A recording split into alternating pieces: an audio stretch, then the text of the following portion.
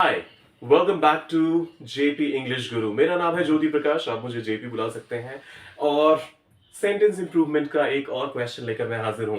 बहुत ही आसान सा है and let me tell you, इस पैटर्न पे आपको बहुत सारे सवाल पास में पूछे जा चुके हैं, बीट एसएससी, यहां तक कि आपके एनडीए के पेपर में भी मैंने इस तरह का सवाल देखा हुआ है। हालांकि वो अलग बात है कि पैटर्न्स अलग अलग रहते हैं, पूछने का तरीका अलग होता है, सेगमेंट्स अलग होते हैं, लेकिन अल्टीमेटली जो अंडरस्टैंडिंग आपकी चेक की जाती है वो कॉन्सेप्ट्स की जाती है।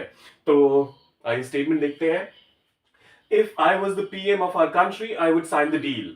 डोंट वरी, मैं किसी एक्चुअल डील की बात नहीं कर रहा हूं। जियो पॉलिटिक्स में ना मेरा कोई इंटरेस्ट है, ना मेरी ज्यादा जानकारी है, लेकिन मैं बात कर रहा हूं यहां पर जो ग्रामर का इस्तेमाल हुआ है उसकी। If I was the PM, क्या लगता है आपको, इनकरेक्ट है ये पार्ट या बिल्कुल नहीं है? अगर आपको लगता है नो इंप्रूवमेंट तो फटाफट से कमेंट में बता दीजिए। अगर आपको लगता है यहां पर वॉज को रिप्लेस करना चाहिए एम से, या फिर वर से, या फिर हैव से, तो वो भी आप कमेंट करके फटाफट से बताइए।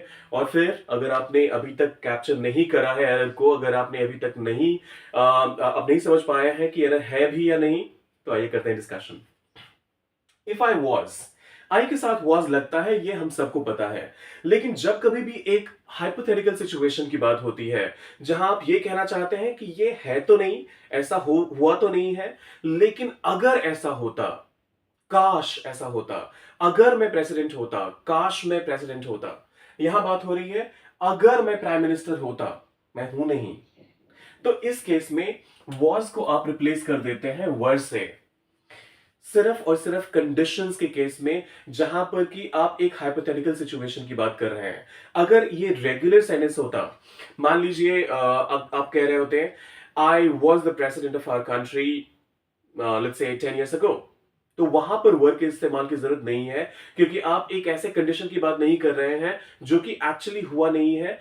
यहां पर बात हो रही है एक ऐसे कंडीशन की जो कि एक्चुअली हुआ ही नहीं है। तो इस वजह से यहां पर आपको वॉज को रिप्लेस करना पड़ेगा वर से। करेक्ट आंसर वर है।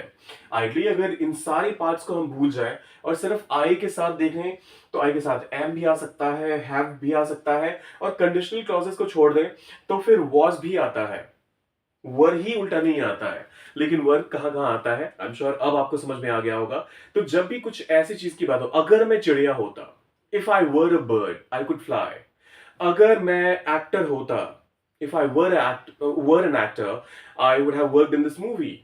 तो इस तरह की चीजें, जब भी आप एक ऐसी चीज की बात करेंगे जो कि एक्चुअली है नहीं, लेकिन अगर होता तो आप कुछ एक खास काम करते, तो उस केस में आप वर्ब का इस्तेमाल करते हैं। सिंगुलर सब्जेक्ट के साथ भी एक प्लूरल वर्ब का इस्तेमाल करते हैं।